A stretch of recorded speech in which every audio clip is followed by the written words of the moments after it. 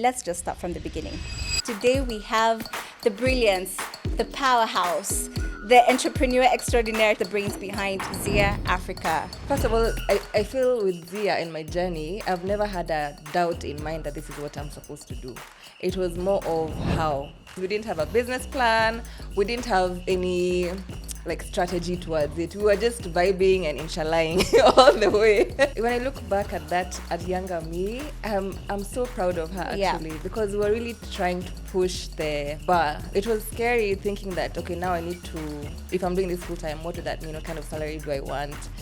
How does a business even run? For real? Now the real questions started. That was around 2016. This is just the beginning. I say that every time we have a milestone because it really does feel like the beginning. I feel like we are made for so much more. I'm made for so much more. Welcome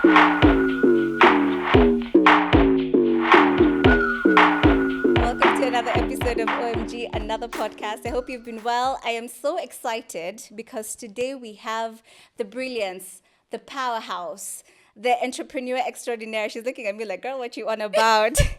and the owner, and they're just the brains behind Zia Africa, a fashion house that I'm so in love with. If you've watched the episodes, you know, probably, actually I counted 70 to 80% of my outfits are from Zia Africa. A personal friend, a super sweet, darling person, but just a brilliant powerhouse. Zia is here. Welcome to the pod, darling. How are you? I'm good. Good to have you. Thank you. How are you feeling? I'm excited actually and honored. I'm also so honored. I'm so honored to have you. You are amazing. I love Zia Africa. As you know, I'm obsessed. We love you right back. Let me tell you, I knew I was telling you this earlier, I knew I was doing well when I told you the amount of, for example, specifically the bodycon dresses I bought only, and you said I'm unwell. But we love you. We actually love you. You're keeping us going every day. We are thankful for you. You are so humble. No, really. What has kept you grounded and excited this week? Ooh, this week. It's only Monday. Am I allowed to say that? Yeah. Okay, yeah, it's only Monday, but so far the gym. Oh, yeah. Yeah, at least I managed to work out this morning. My family, just seeing my two turtles in the morning. And just sitting in gratitude. I've been actively practicing gratitude this year. Yeah. And it feels good to just see all the blessings we have every day that we take for granted. You're so inspiring. I feel like even when I'm talking to you, I have to stop and just be like, wow, I'm in awe. I'm not saying anything. First of all, even just with the gym, you're so consistent. I remember when I used to see you working out, I'm like, hey, Mukami, look, they're working out and you're just sleeping or just deciding to snooze. And just also talking about gratitude. I feel like if anyone has known you, that has been truly who you are. Yeah. And it brings us to what we want to talk about today, which is basically you as an entrepreneur, especially as a woman in the creative business, how you turned your passion into a business and into a formidable business as that. Let's give you your flowers because you do such an amazing job.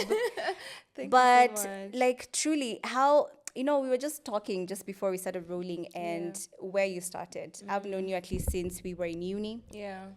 And, you know, it started as a thrift business and used to style us and all that stuff. But I just want to know, and I want you to tell your story.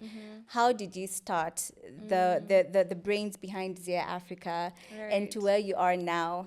Let's just start from the beginning. Okay. So initially, before it was even called Zia, I used to thrift, as you have mentioned. I'd wake up at 5 with my sister. We'd go to Gikomba, sell to our classmates. And I just remember, okay, let me just say, thrift business is amazing. Even now when I see those prices, I'm like, you guys are making a killing. Because I would buy like a skirt for 40 bob and sell it at even 200 bob. Yeah. That's already... that's a profit. That's a good profit. So when I saw that there was market, I started importing. I got a chance to travel and see my sister where she was living. And I was like, okay, there's many shops. At that time, Kenya didn't have too many options. So I was like, I can be the one who's bringing unique clothing that's different and that my friends wouldn't find other people wearing. Yeah. Because that was another issue. Yeah. And you brought the uniqueness, I have to say. Yeah. You put us on the neon trend and print. I'm still doing that. So cute. Love it. Yeah. So that was the initial idea. And I remember the first suitcase that I brought. crazy enough, we thought keeping the original prices, because we bought them on sale. Yeah. But say an item was initially $40, we got them at maybe $5. But we're like, if we keep the $40, the customers who bought will think that, this is a valuable item. Right. So when we brought them in, KRA, who is KRA? What? Yeah. Actually, I hadn't even thought about that facet. No, even us, we didn't think that far. So we shipped it in, and then KRA was like, okay, so this is how much you're going to pay for clearing. We're like, I promise. It's not that It's much. not that. I promise it's not that much. So luckily we managed to get the receipts, and eventually we cleared, but still at a crazy amount. Quick lesson learned, because we didn't have a business plan. We didn't have any strategy towards it. We were just vibing and inshallahing all the way. but okay, let's give you your flowers here as well. How old were you though? Yeah, I was 20. You see? Yeah. Okay, yeah. Yeah. Oh, yeah. Yeah. Now when I look at a 20-year-old, I'm like, oh, yeah. But What at a that baby. point, yeah, I thought I was grown, and, I'm now Right. about to run this business. And actually, at that point, we had opened a Facebook page. Yes. Yes. The very famous Facebook page. Yes, so we had opened it in 2013, named it Zia, thinking my friends will follow, and that's how we're gonna grow our following. Yeah. So that first shipment, we did a few more, and it was a lot of fun. You did some photo shoots, We which did like some one of the photo first people to ever do photo shoots for their clothes, and I thought it was so cool. I was like, what? Let me tell you, when I look back at that, at younger me, I'm so proud of her actually, because we're really trying to push the bar. We're looking at other people and like, okay, this is the standard. We're like, no, us, we're going to do it like this, and we're going to try this, and we're going to sell out. And yeah, so we did our first photo shoot, and I used to just call my friends, obviously, and be like, girl, come. You want to model? And I love how you still had the business mindset, because of like, oh, do you want this top? Make sure you pay. And then like, for example, for us, we're in the same school, you'd bring the piece of clothing to school. Yeah. Wow. So I'd bring the clothes to school and sell to my friends. Yeah. And then we had the Facebook page where now everyone could shop. And I would sit at Nakumat Lifestyle. Yeah, on Saturdays, and people would come and try them on. Sometimes they would buy, sometimes they wouldn't fit, so they would leave them. But I remember the feeling of going home with clothes after you've sat there The whole day. And no one has bought. But I would still go back the next Saturday and the next Saturday. And then eventually now, before borders came, I got a messenger. Now, because I was in school. Yes. So the messenger would come to my place, take a mat, go to Ngong Road, drop it, go to Karen. Okay, first of all, this is some next level thing. How did you even think of having a messenger at 20? Do you know what I mean? Like that, the business models at that time, I don't even got into that place. It was come to the shop, buy the shop, go. So there was no even cloud stores as far as I remember. And I just want to also again give you flowers that you had foresight to be able to tailor your business to the needs of your customers and also where you were at, and you got a messenger. And I remember that, and I was like, how does that even work? That's so strange. I used to tell you, girl, I just see you at school. Yeah, exactly. Yeah. But now there was customers who wanted the pieces during the week, and of course I'm in school. You're in school. So I kind of just had to be like, okay, what can I do to at least cater to them and sell my clothes while I'm still at school? And I remember just the struggle. Like if he goes to, say, Mombasa Road, then there's another delivery on Kiambu Road. And it's all with a mat. So you have to go to Mombasa Road, go back to town, then I'll go to Kiambu or wherever you're going. Yeah. It used to be super hectic. Wow. But that happened for some time. Sometimes I'd have my friends come over and try on the clothes at home. Which actually was fun. And I ended up having even strangers come home. Sometimes I'm just like, just come. And I'm just like hoping they don't jump me. I'm even wondering, even the safety, or even just sitting in lifestyle. What if like a weirdo comes? Were these things that were in the back of your mind? Yeah. So I would always go with someone. Okay. I'd always convince my friend. At least I had one friend who would constantly would be okay with sitting there. But once in a while, I'd be alone and just pray, like, for God to protect me. Jeez. Yeah. So actually, the previous episode, or one of the episodes that we've done before, is the fine line between just letting your hobbies and your passions be without being profitable. Yeah. At what point did it click in your head that, okay, I have this passion, you love fashion, and you just don't like pieces everyone is wearing. Also, for example, another thing is also how you style. We have the same top. I don't think I would have thought about putting pieces together like this. But at what point in your mind did it click, okay, I can turn my passion into a business? And how did you realize it's a viable venture for you? It took a while. Funny enough, when I was doing all that, still didn't have a business plan. I was not counting at like I've spent this much on bringing the clothes in, the stock, deliveries. I was vibing and inshallaing, like to the max. So like money would come in and go out as soon as it. Was it going back into the business though? It would. Because it stayed running. Yeah. But I just was not, first of all, I was not bookkeeping, which is something I really regretted because I feel like that attributed to how slow our growth has been. Because 7 years later is when I started bookkeeping. So you can imagine 7 years you're vibing and inshallaing. Right. So you're just trying to survive. Keep afloat. And also I was really enjoying it. I was enjoying seeing women look good. I was enjoying seeing my friends wearing clothes that I've brought. Yep. I was enjoying the business side of it, even if I was really not running a business. Yeah. I think I was just enjoying it. Setting trends. So at what point did it click? Okay, I'm enjoying this. Yeah. I'm going to make it into a business, or I'm going to get serious about this. And then I remember also you had quit your day job at some point to like now fully concentrate. Yeah. What was that transition like, and how did it settle in your mind? Like, yes, this is now my purpose. It was my passion, but now it's more than that.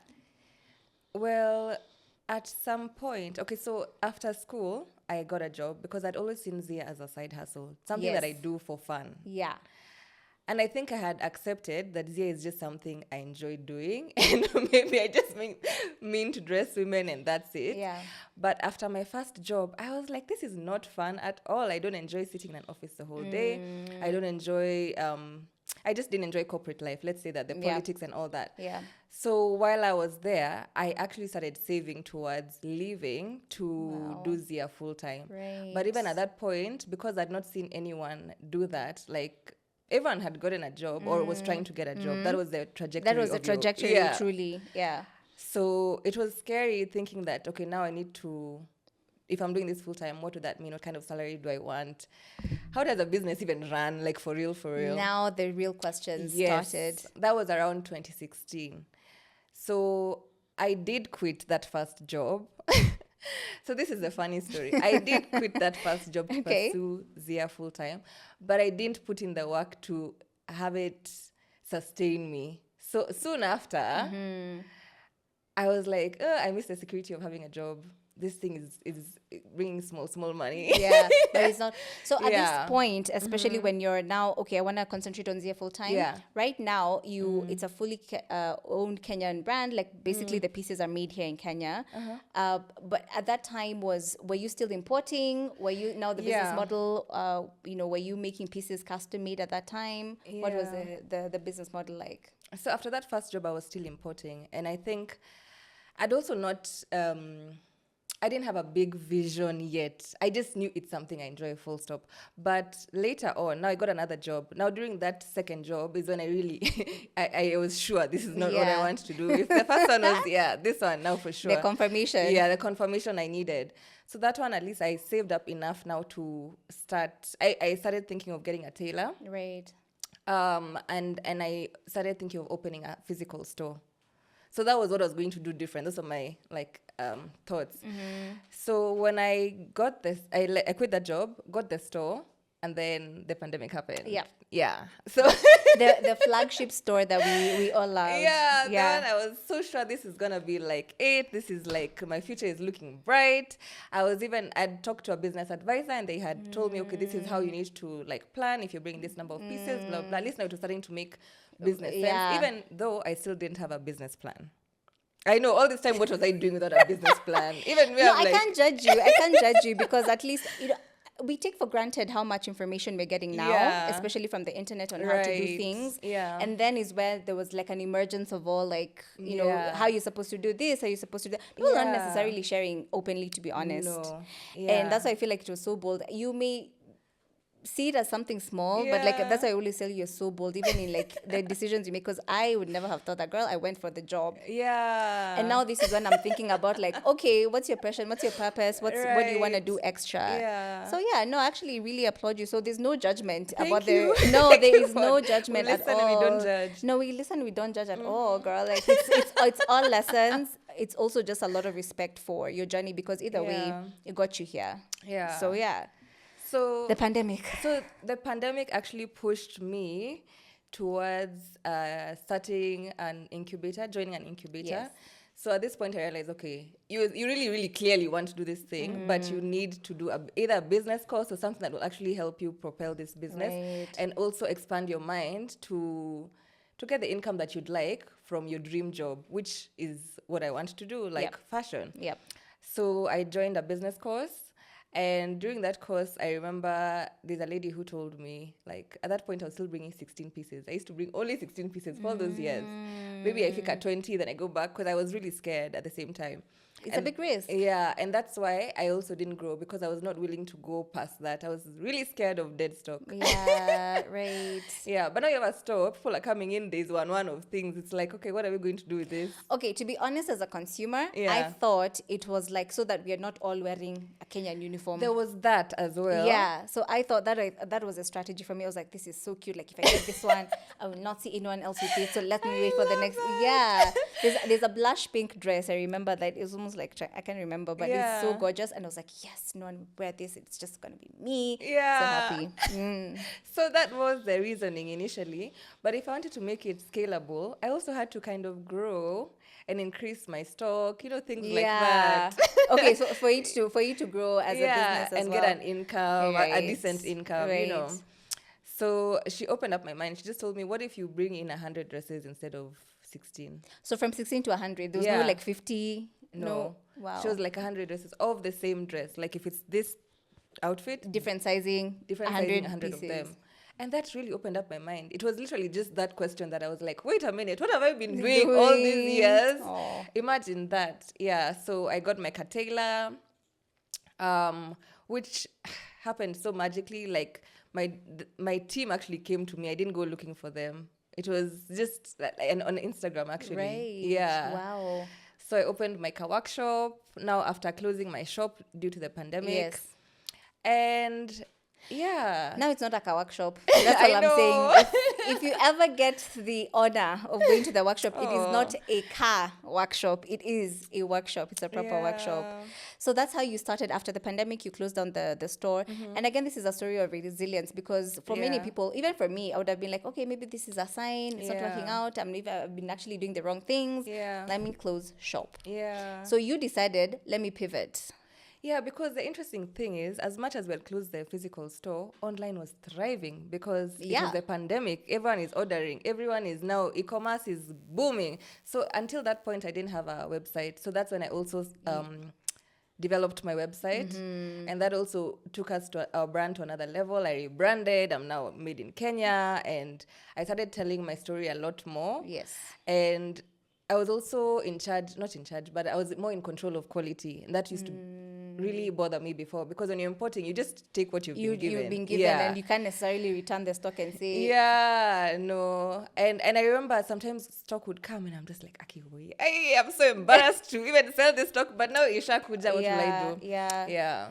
So another thing is, how did you move from importation to now deciding I'm going to like do made in Kenya? I know there was factors like obviously the pandemic, it was slow moving. You couldn't necessarily import so many things at the time. Right. Yeah. So how did you decide? Because I know it's bigger than just the pandemic. I also don't want to tell this story. I know it's yours to tell. So how did you make that transition from I am going to make clothes that are made for Kenyan women and our Kenyan bodies, and not even just Kenyan, just African curvy women. How did you make that transition from importation to now you're making clothes here? Yeah, so you've touched on it. Importation, there was a bit of uncertainty as to how long to take to receive shipments, but I'm also passionate about women and creating employment. So when I used to think about Zia, I was just imagining like a room full of thousands of women who are treated well, have good working conditions, and now have an income because I chose to make clothes. Yeah, so I thought if I employ one tailor, then I can get another tailor, etc, etc.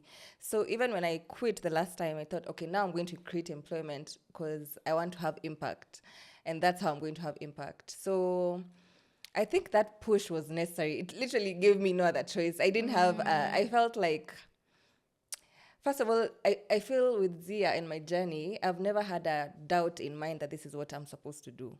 It was more of how. Okay. Yeah. Okay. So I've just always known I want to empower women, I want to employ women, I want to create employment, and I want to have impact and leave a lasting impact. Whether that's making women look good or now doing good for them, for the planet. For the planet, yeah. I've just always been passionate about those two things. And I know people misuse this, but to be honest, you're a girl's girl. Like, I know that personally, and it's also so beautiful to see that through your journey, entrepreneurial journey, and also what you create for women. So now the scaling, because after 2020, now you rebranded, and you became like properly like a household name. Right. When the fashion industry and the big boys are mentioned, Zia is there. So how was that scaling? And especially also now tapping into your creative mind, because I feel like there was a switch up where it was simple, timeless pieces, Right. however classic, but also very good quality. Yes. So how did that scaling come about? Okay. I sat down with myself, Lijita Mkutano, and I thought about my values, or Zia's values. What do I want to be known for? And the three things I wanted to be known for was quality, timeless pieces, and excellent service. So I really, really value customer feedback. That's something I've valued throughout. And I remember when you're saying that now we became a household name, I just remembered the way people would be like, oh, you guys, how long have you been here? And people thought we had just opened. Yeah. And I'm like, we've been here for like 10 years, guys. So it was until that point, I think is... Okay, this is what I want to say. Consistency is what I want to say. Because if it took me 7 years to be an overnight success, but people didn't see that. But my point is scaling. No, actually, that's a very important topic, because we had Ferdinand Omanyala not too long ago on the show. I saw, girl. And thank you. And he literally said for him to be like the fastest man in Africa, the overnight success that we saw in 2021 took him 6 years. Yeah. So I don't know if this is encouraging to hear or also like a bit knowing that you have to do the work. It's not going to be actually you've done this for 6 months. No. Then no. And to be honest, like that's what I'm saying. I'm sitting here with you. I still feel like, oh, are we supposed to go to class? Because, I know, exactly. We feel that young still. Yeah. But I've also seen your journey on a very personal level, and that's why I'm saying it's inspiring. And I'm just like, oh my gosh, it did take you 7 years for you to be like an overnight success. Yeah. And I feel like it's all those lessons that I learned along the way that made me that overnight success. Because it took me going back to school and doing a course. It took me learning that, okay, you can actually bring more stock than 16 pieces. Marketing, I learned a lot about marketing. By the time the pandemic, now guys are online. Us guys have been mastering it for years. So content to us came, let's say, easy. And I also got a lot of customer feedback over the years that really helped me shape the brand that that I knew women needed in the market. Yeah. Okay. So scaling. Scaling. So how did you move from it's 16 pieces to 100 pieces you're importing to now you have one tailor and then to basically where we are today in terms of like, what was your journey in that? Now, did you get a business plan? Is it because of the market needs and what you know the women are asking for? But then obviously we're going to continue unpacking that, because that also means the creative side of it comes in. Yeah. And now you're releasing collection after collection. I'm like, when do you guys leave? There was a time I even told you like, hey, please let us rest. Let our podcast No, let me rest a bit. And I'm like, I want all of them. Yeah. Yeah. So that incubator really helped me, and I'd encourage anyone who's in business, just take a business course. It can really open up your mind, and Right. I think most of it is just shifting your mindset, because from that I was able to do projections. That's something I'd never done. At targets, what are targets? So my mentor would tell me you need to have 15% month on month growth. I'm Yeah. like, what? Like, yeah. So that business course really helped me. In terms of scaling, it came on a need basis. You don't just scale because you're like, okay, now I feel like, Yes, it's yeah, not a feeling. It's not a feeling. It's calculated. Yeah. So like the first person I got was a customer care representative. After that, now the tailor. Then I got a pattern maker, and then another tailor, like that. So just on a need basis. Even now, I still need a couple more people when God wills. And then I'd say also feedback. Feedback really helps with that. Consistency will help you scale, interestingly enough, because it helps you build grit. And the thing about grit Yes. is that on social media, it looks like everything is a success, everything is exciting, we're releasing collections. Yeah. But there's really tough seasons. So as much as we're scaling, there are times where you feel like you're going backwards.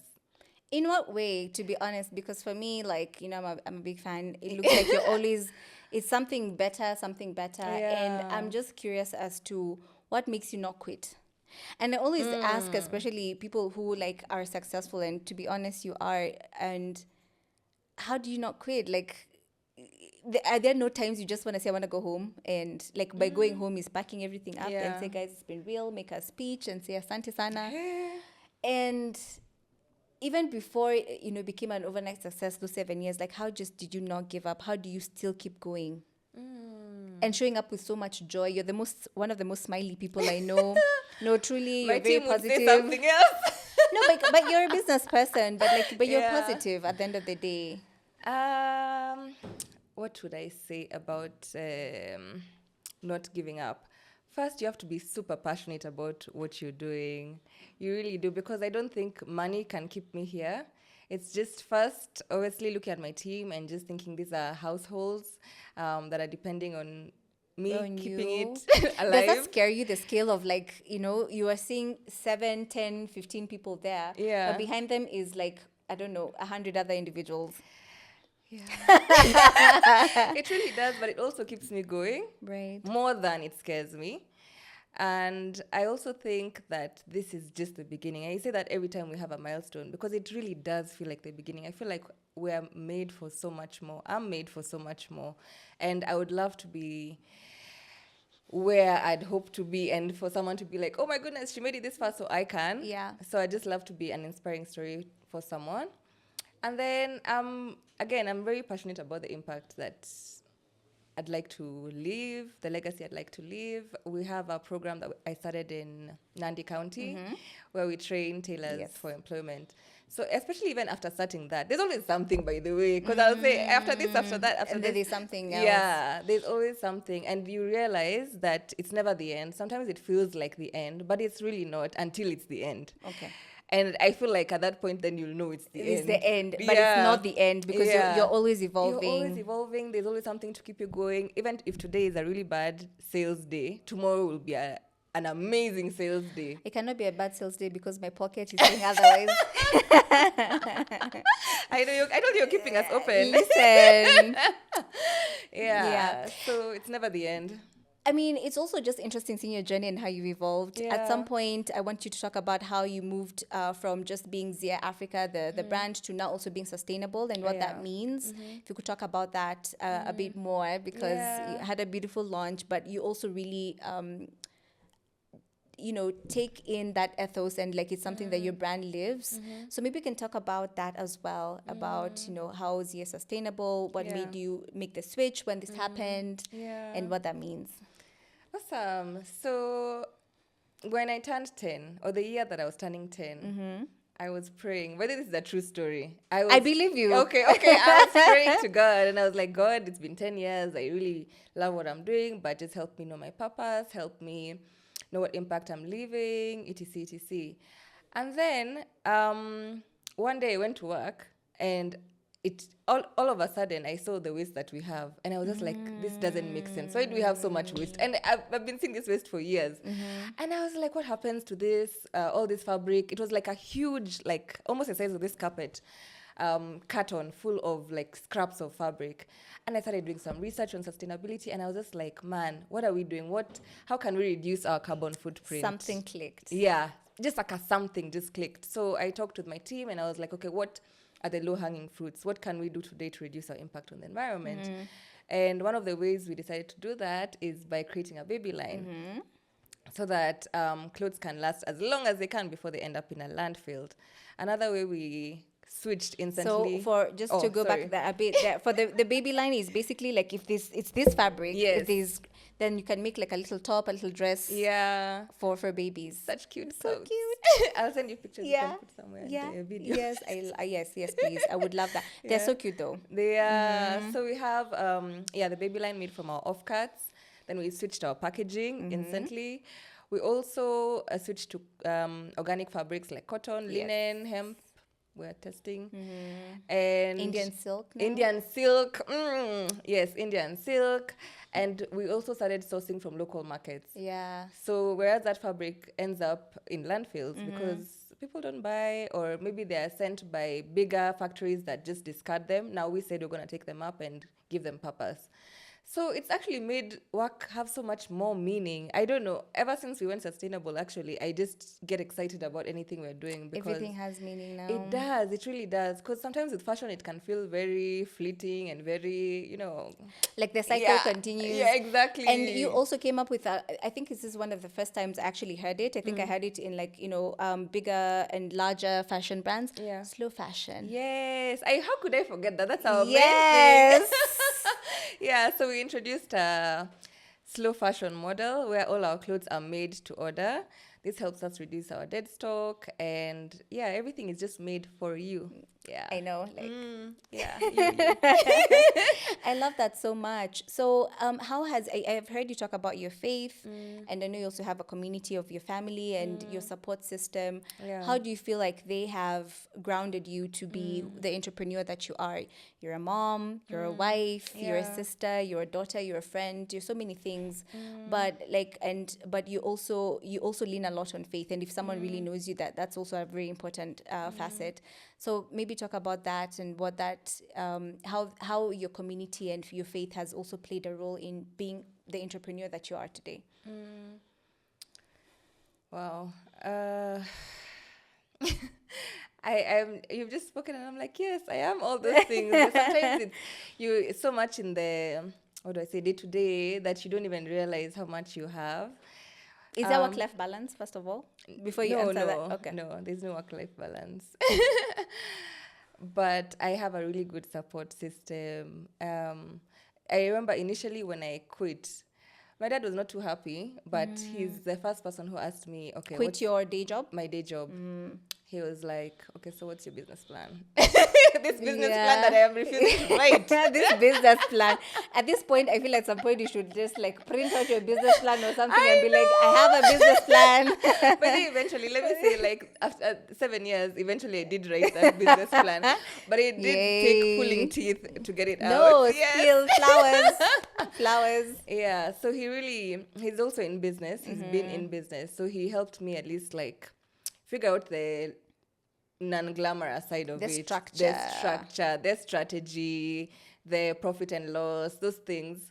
My husband has also been very supportive because I remember when I was quitting my second or third job, he was really encouraging. He's like, what's going to happen? What's the worst that could happen? Because I remember there was a lot of fear in that. Security is amazing. I can't even lie. That's job security. It's sweet. Yes and no, because I'm kind of both right now. But then it also, how can I say, if you're not careful, it can box you in. Yes. Into you're thinking a certain way. Your brain is so consumed with, I need to do A and then I need to do B. And then now you see, your brain is bigger than mine because it's really been stretched into thinking of creative ways. But anyway, please go ahead. Yeah. No, but I agree. At the same time, it can be, what can I say? That's the part that's what scares many people from leaving their jobs. It's not that you don't have a dream or you don't think your business will succeed. It's just like, hey, but this salon is sweet. So I just remember him also just telling me, what's the worst that could happen? And when you think about that, Probably fail. I know exactly. And then literally, because I think we what do I say? Overanalyze. Catastrophize. Yeah, it's really not that much. Then maybe you go back to employment and then You move. You move forward. So I feel like that also helped me shift my mindset and dreaming. I started dreaming big around that time because I just started imagining Zia in Miami and Zia in No, London. it's true. Right now, your pieces are global, girl. Like, people send you Amen. pictures around the world wearing Zia. Yeah, so I'm grateful for a good support system, and they've really helped me stay grounded. They've encouraged me. A lot of my friends are now entrepreneurs as well, so we have a good community of just women who are like, "Are you also having a tough month?" Yeah, even me. And then you encourage each other, and when it's good, you celebrate and go and drink coffee. And you or mimosas. Yeah, or mimosas. Yeah. So let me ask, like, especially your household, your husband, and you're both in the creative economy. Yeah. That is such like a, how can I say? It's almost like there's money, but there's no money. What's the truth? Tell us the truth. Kuna pesa, do we go after our dreams or do we stay behind our desks? And basically how you basically that's why we're here. You turn your passion into a business. Yeah. But also the business of the creative business. Yeah. The thing about creatives is, okay, we are creative, but sometimes we only like to be creative. We don't want to think about the other side. But the beauty or the best thing you can do is try and merge the two. Because if you can figure out the business side of it and also be able to do your passion, I think you are actually unstoppable. Because the good thing about being a creative is you can grow as much as you want. There's no limit. You know, when you're employed, you can only grow to a certain point. And then maybe you leave an organization and then you find again there's a ceiling. There's a ceiling. But with your craft or your passion, it's as big as you want. And the thing that you have to ask yourself is, even if this thing was not paying me, would I still be here? Yeah. Yeah. So that's how you know you're living your dream. Because I don't even think there's a figure I can put that I'll be like, if Zia pays me this much, then now like I'm happy. I'm happy throughout because I'm doing what I love every single day. I get to dress women. I get to wear nice clothes. I get to be on this podcast looking cute. You're looking cute. But you're always looking cute though. Yeah, but I'd pick this any single day, even if it was not paying me. Yeah. Really? Mm-hmm. Yeah, but wait, on the serious side, you need to have structures, you need to save, you need to invest. And the business plan, and you need to have a business plan, and you need to bookkeep. If there's anything your listeners get from this, start bookkeeping as soon as today. No matter how small your business is, you need to bookkeep. Yeah. Okay. Yeah. That's very, very, it's very specific because I think that's the fun side. And like I said, there was an episode we were talking about passion and hobbies, and now you need structure, especially if you want to scale it. But that's the fun part that we don't want to do. It's like, I know. Like, what do you mean I have to be disciplined and, see it as a business and pay yourself. Don't actually just like, now you have a business, all the money is yours. It's really not. It's not. Your money is not. Yeah, your business money is not your money. You can't take like a little thing for like a cute little... I don't believe in dipping at all. You pay yourself a salary, and that salary is what will keep you until the next salary. And I feel like that's also what has helped Zia grow, because I'm not here just going to Italy for holiday with the Zia money. Unless Zia is paying for a business trip to Italy. Yeah. So they separate completely? Totally separate. I have my own account. Zia has its own account. Yeah. Okay. So then now you're a business person, you're an entrepreneur, and you're someone's boss. What about the team culture? What is that side of business like? The not so cute admin work, the probably having HR, like all these things. Team. What does the team culture look like at Zia, and how did you cultivate that into? I do know you've talked about your values, but did that inform the culture? Did the people inform the culture? Like, how do you go about that? I think the people informed the culture. Most of the team has been there since inception, since we moved to Made in Kenya. And they're also equally as passionate, I'd say, about the brand, how we're perceived, what we put out. And it's been built over years of just like, okay, we need to have the best quality. If a customer is not happy, she's not happy at all of us. Sometimes it looks like it's just me. But I'm like, no, it's all of us. So everyone has to take responsibility for what we put out, how we treat our customers. and the standards that we set. Sometimes even they work late. I'm gonna say they, because like tailors, Yeah. they leave work at 11 p.m. Not because I've said you have to leave at 11 p.m., but because they are not willing for a customer to have a delayed delivery Wow. at their expense or my expense. Yeah. So that's a value, though. I feel like it's Yeah. also. So now, do you believe, this is an interesting question people always ask? So does that culture come from the top, or is it the people? Because is it like, do you believe it's something that they see in you because you're also very dedicated, to be honest, and they borrow that and they're like, yeah, we can't be the ones who are letting the team down, or like our boss down, things like that. I've actually never thought of that. I would hope it's them. But I try as much as possible to just You're so humble. motivate You're so them. humble. No, like genuinely, you're the sweetest. No. It's like, why, Bokami? I know. But honestly, I'm really thankful for my team. They're so hardworking, so hardworking. And it's just them. Like, they just have a good work ethic, and they're very passionate and really believe in the brand and where we're going. Yeah. Yeah. The fashion industry in Kenya right now. What are your thoughts on that? There's it's not where you started. There were just a very few, one, two, Kenyan brands, and mostly they were doing like Ankara pieces and stuff, and not contemporary style clothing for women.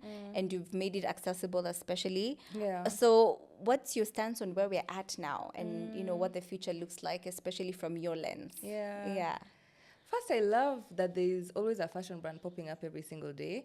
I feel like it shows that there actually is demand. And when you think about, how many women there are in Kenya, if we are 52 million, out of those, and Kwanza women were many, so there's enough cake for everyone. Do you believe that fully, or are you just... I do believe it, because I don't think my customers are everyone's customers. I think there are people who shop from Zia just because it's Zia and they like our vibe. There's another brand that will open up and they have a different vibe, and yeah, customers shop from them. And I feel like it's healthy for competition to be there. Like, I even wish I started bookkeeping for real, because by now we would not be playing here. We'd be, but anyway. No, you're getting there. The journey, Zia, the journey. Yeah, I know.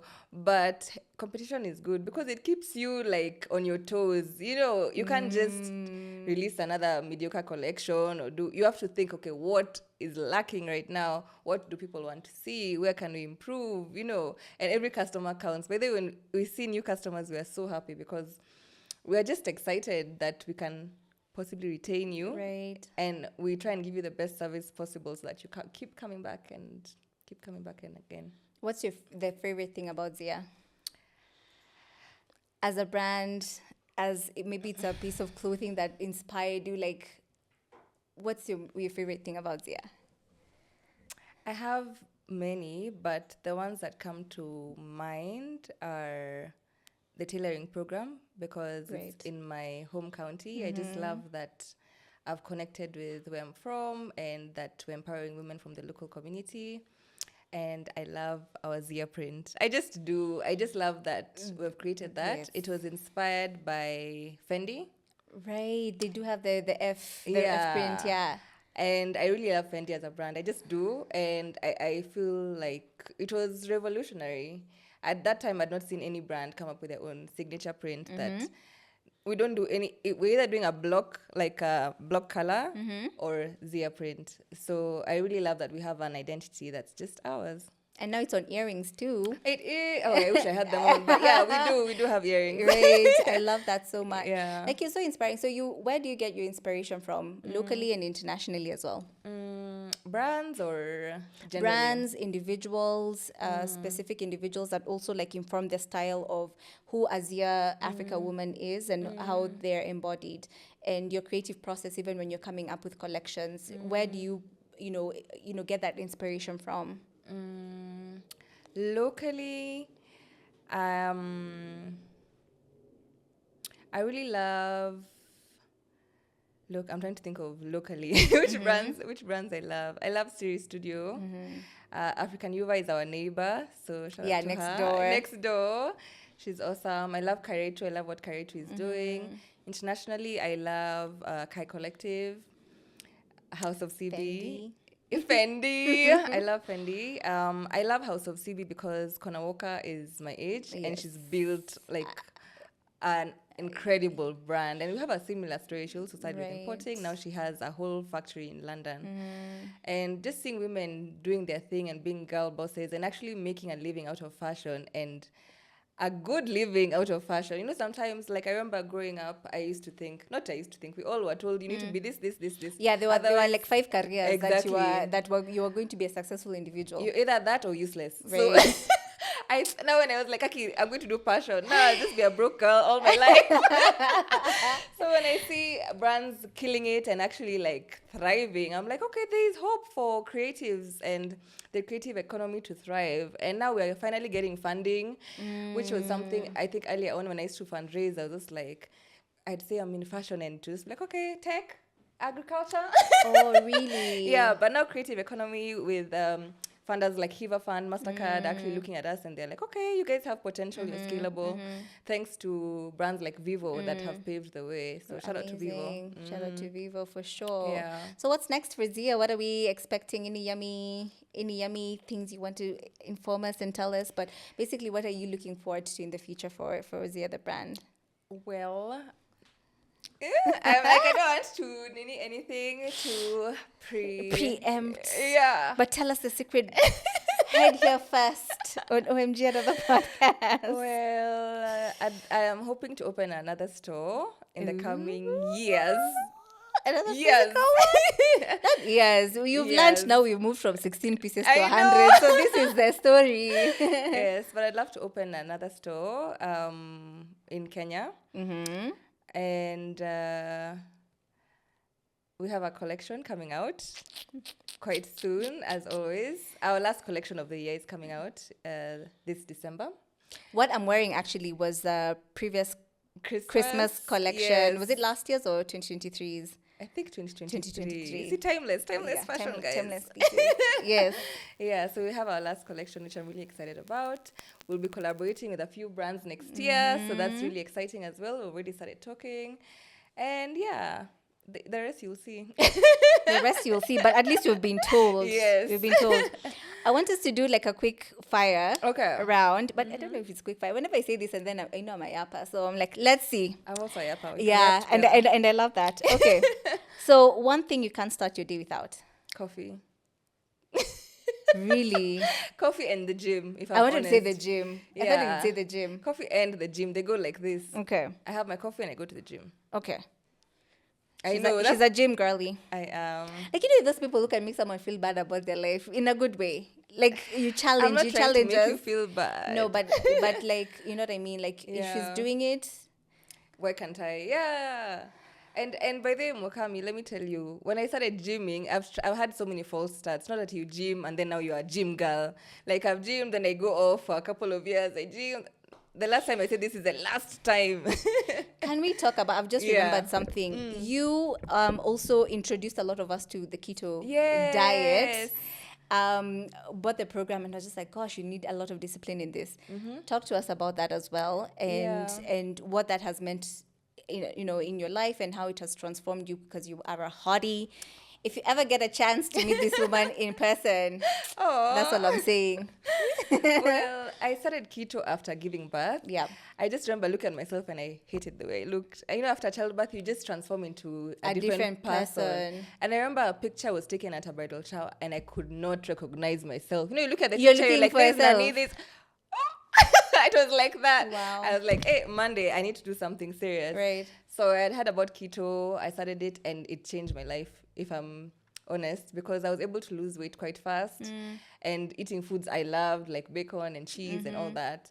And then I wrote a keto book because Yes, I did, because I saw that it's possible, and there's probably mothers like me or women like me who have felt like, I'm trying to lose weight, it's not working, or I just need a plan that can actually work. And keto works. So I started that hand in hand with gymming. Eventually now I just went back to eating normally after I lost the weight that I had set out to. And yeah, I loved keto. Where can we find your book, your keto book? Okay. For please plug your book. Yeah. You can find it at ketolife.co.ke. Yeah. I just feel like your brain moves in like I a know. thousand. I have a feeling Uh-huh. you're gonna start Zia Activewear. Can you claim it? Let's claim I it. really Let's claim do. it. I want to actually. Yeah? Yeah, maybe it's in the pipeline. Maybe it's what I've May not may said. think it is. I'm just Really? Will you saying. buy My if I crystal bring ball it? has told me, of course. Yeah, I'm very obsessed with Zia at this point. I need saving. I know. No, keep us going. Okay, so your favorite Zia piece of all time? Like Ooh, one, like you would say one. this one is Zia. This one, if you see this one, it's Zia. It's a Zia piece. It's a Zia Africa piece. There's this piece that released in Feb of this year. Valentine's Zia print. It's a long maxi The dress. black and white. Yes, and this girl was running. Yes. Oh, I love that piece. That one. Yeah, I think it's that Okay. one. Right now. Right now. Ask me again next year. No, maybe even next month after Yeah, this I know. collection. Right, exactly. Okay. Yeah. Okay. That's like that's iconic. Yes. What's the biggest myth about entrepreneurship? I think overnight success. I think everyone who says that Hey. there's no such thing. Yeah. After what I've learned, overnight success truly is like 6 to 7 I years. know. That's all I know. Yeah. What's a song that always gets you in boss mood? Ooh, any Beyonce song. Really? Any. Did you go to any of her tours? Imagine no, but I'm manifesting. You're manifesting. Yeah. I think you're too busy dressing us and making sure we're looking cute. Oh. What's the best business advice you've ever received? Start small. But not 16 pieces and I stick know. there. Don't stick to that small. Start small and get as much feedback as you can, especially in your early years. Okay. How do you define success today versus when you started? I love the Maya Angelou quote, to be honest. I don't know if you know it. Success is liking who you are, liking what you do, and liking how you do it. I think throughout that has been my tagline because Your I just motto. try and be authentically me. And I always think that you just have to like what you do, because even if you're successful and maybe you have like the figures in your account or in your salary, but you don't like what you do, It's empty. it's really empty. So I feel like that should just be the standard. Okay, you are very inspiring, I'm telling you. What habits, routines, beliefs, anything that has kept you grounded through the ups and the downs, and how do you still stay you? Aw. I can confidently say that because I know you, and I'm like, For one, staying close to God. God has seen me through everything. I journal a lot. I journal through everything. So praying as well. Family, I keep my family very close. My sisters are awesome. They are literally my best friends. I have actually even chosen sisters who have kept me Yeah. grounded. And I'd say just surrounding yourself with positivity. I do affirmations. you post them for us as well. I do love affirmations, and let me tell you why, and why everyone should jump onto them. I am generally very shy. I have always thought of myself as very like mid. I am shy, but because of affirmations, you wouldn't tell. Even if you do, it doesn't matter because I'm confident. I'm Yeah, strong. that's what I'm just like. In fact, there's a word that I used earlier. You're like, girl, don't use that word on me. Yeah. I said you're intimidating for if you want to know. Which is crazy because I've never had that. Maybe people are thinking it, but yeah. You know me, I'll only say that. I know. But I think anyone can be anything they want to be. Like, Yeah. you can just wake up and decide, by the way, I am now a motivational speaker. And you go and do your affirmations and you enter that and channel that and show up as that and you be that. Yeah. So I'd highly recommend affirmations. That's beautiful. That's powerful. Actually, you had a notebook that was almost like a journal. Is that still on sale? I'm so sorry, like I'm putting you on the spot. It is Because I on have one. I actually use it sale. for my creative pursuits, and this is Yeah? what yeah. I actually do. Please speak about that as well. Yeah, so it's just a notebook. It's at Village Market. It's it has an affirmation, Yes, a couple it of does. affirmations. This is I think this is my best year yet. So which is the one that you have? Or is it? No, it's not the one. It's not This is that one? my best year yet. Mine has something to do with either gratitude or Yeah. Creating something. yeah. So I just love So affirmations. I love that, and that's the book I used, especially when I was thinking about the podcast because of creating. And I'm like, listen, Yeah. she has done it. You have seen her do it since you were little, like A little little girl kids. since you're a teen. Yeah, that's why giggling to who you are now, and that's so Yeah. inspiring. And also I remembered we haven't spoken about the other branch of your business, which is Zia Home. Oh yeah. So we do have we have Zia Home, which is available at Village Market. It's a baby brand also from Zia, which is made from Zia Africa. So you can see, guys, we're really just trying to make sure that we're as sustainable as possible. What's in the line for the what do people expect, especially if I want to shop some Zia Home pieces? Yeah. What kind of pieces would I get? So as at now, we just have like table runners, oven mitts, aprons, kitchen towels, just cute home things. That doesn't sound like a just to me. How many businesses have you dropped by at this point? But yeah, one thing that keeps you going. Ooh, my kids, they're so cute. Yeah. Oh, and that is so. sweet. Do you want to tell us about them? I know you don't talk about them much, and Yeah. obviously I do understand because of your privacy and you like Yeah. keeping that side of you. But how has motherhood been unraveling for you as you grow into a mom and you're still Yeah. running a business, and what that looks like? Imagine, I like to say that I'm a stay-at-home mom with a side business because Okay, that's interesting. That's a very interesting perspective. Tell us yeah, more. because 90% of the time I'm at home. I spend, like, I drop them in school, pick them up. Like, my life revolves around them. Football, CG what, birthday parties. And I just love seeing them grow. I love that because of both our careers, we're able to spend a lot of time with them. So as of right now, they're my world. I love like my that. life revolves around them. So even work takes second place to them. Yeah. How has motherhood actually changed your entrepreneurial journey, if it has in any way, and your outlook on that? That's a deep question. Yeah. Because actually, and I'm saying this as someone outside looking in, even though I do have some access to you, but to me, you look very business, that sometimes you can quickly forget that, oh, She has some kids at yeah, home. she got some kids. She's not like us out here. You know what I mean? But I feel like you have a beautiful balance. So that's why I'm just like, wait, where does that play into everything? And for you to say that was actually very interesting.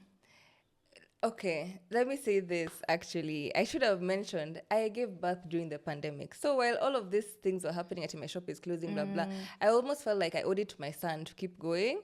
And I also would love to leave him Zia at some point. Wow. So I even go to work with them, etc. So it fueled me for this second chapter of Zia. So because of them, now there are two, I feel I can't give up. I should have mentioned that as well. I also love that they get to see their mom working hard, building something from ground up. Because we do some photo shoots at home. Like I go to work with them, so they get to see me grinding as well. Working. And I think it's also good for them to see that we can be both. We can be naturals, but we can also be boss women, and and I admire that. So can women have it all? Yes, I think we can. It's just in a way that makes sense for us. Yeah, and it takes a lot of checks and balances and prioritizing, because they're gonna come first at the end of the day. Even my team knows. They're just like, okay, yeah, She's going to be a mom now. yeah, she's going to be a mom, but they can't call me after 7 because I'm not gonna pick up. Okay. Even though there's unless it's a catastrophe, and God forbid, there's never gonna be one. Yeah. I mean, they have called me past, but they have to call me 100 times and send me a message for me to know it's an emergency. It's an emergency. Yeah, of course. Yeah. Understood. Yeah, I think I feel like just talking to you is so enriching, and I just want to keep going. You're so good at what you But do. thank you so Yeah. much. We did this in school together. We did. Oh, yeah. We studied this We at did. least. But I think I think the last question I want to ask you is, because this is so important for me, and I feel like this is who you are. What keeps you joyful? Ooh. What keeps you joyful? Crocheting at the moment. I saw in that. my crochet era. You know, I saw that dress and I was like, can I make an order? No. She made a bomb ass dress that was burgundy. Yeah. And I was like, I was about to ask you, can I? And I was like, she said it's a passion project. I was like, let me tell you, I'm fighting for my life to not monetize this craft. no, monetize for me only. No, then. let me tell you, unless I just make for you as my friend. Yeah. Because I feel like okay, I love what I do, I love Zia, but I don't want any joy to be taken out of it. I don't start doing maths and jewelry. Yes. I just want to crochet. Like literally that. Now maybe a business plan is required for that Hey, one as well. please. Trauma. And I don't know how you're gonna do it because now me I want a piece made by you specifically. I know. That one I'll make for you just as Really? my friend. I'll see you behind the scenes. But yeah, so crocheting, I love to travel. I love the gym. Yeah. Boring. No, that's not boring. Actually, it's really motivating, to be honest. Really? Yeah, sometimes I like I used to say, I told you, seeing I'm snoozing over there, and then I'm like, at you're there running around in the fine. dark. Kai. But let me tell you, the gym has kept me sane through postpartum, through grief, through business. The gym really holds it down. There's no joy that I can get anywhere else. I'm gonna say that. But Yeah. then you also weep about going. That's the thing. It's like I don't even know how to explain it. It's I like know, a drug. but I understand what you mean, because even for me, like before I go, I want to weep, and then after I go, I'm the like, endorphins. why was I weeping? The endorphins. Even today, like especially when I'm doing something, I have to go to the gym because it will just give me the boost, the right the energy. boost, right. Okay. Final question. No, I sound like I don't want it to end. I sound like a pasta. I sound like an African pasta. Where do we find Zia Africa for anyone Okay. who has probably not interacted with your brand? And parting shots. Oh, Imagine. We have to have another chat so we can talk about I other know. So you can yap for another things. 3 Yeah. hours. So nice. So you can find us at the Village Market, New Wing First Floor, or on our website www.ziaafrica.com, or on Instagram at Zia Africa. Awesome. Parting shot, anything you want to leave us with other than your joyful aura and peace? Can I say congratulations on your podcast? Oh, really? Yes, Thank you. Congratulations. Oh, This is thank awesome. you. So many people die with their dreams. They never get to live them. There's no execution. So I'm so proud of you for actually doing it. I know it takes a lot. It does. I talked myself out of it for a long time. I'm so happy for you. Thank you, my darling. Yeah. Thank you for your time. Thank you for being available to tell your story. Of course. For building such a beautiful brand that I'm obviously obsessed with, and just for being such a pure, sweet soul. And thank you for coming. We thank love you you for here. having I can't wait to have you. I don't know what we'll talk about, but I we'll know. find something. We'll find something. Yeah. Thank you so much. Thank you, my darling. Thank you. And that was Zia Africa brand owner, Zia Nyamari. I feel so flustered just because of gratitude and joy. I'm just so happy and so humbled. So please make sure that you're following us on all our social media pages. That is at OMG Another Podcast. We are on TikTok, Instagram. You can find the full episode on Apple Podcasts, Spotify, and YouTube. Please make sure you follow Zia Africa. Buy their pieces right now as we are recording and shooting this. It's going to be December. She's going to have some amazing December deals. So make sure you crop a piece or 2 or 3, or if you're insane like me, 7. And yeah, thank you so much for being here. We'll talk soon. Mwah. Thank you. Bye. Bye.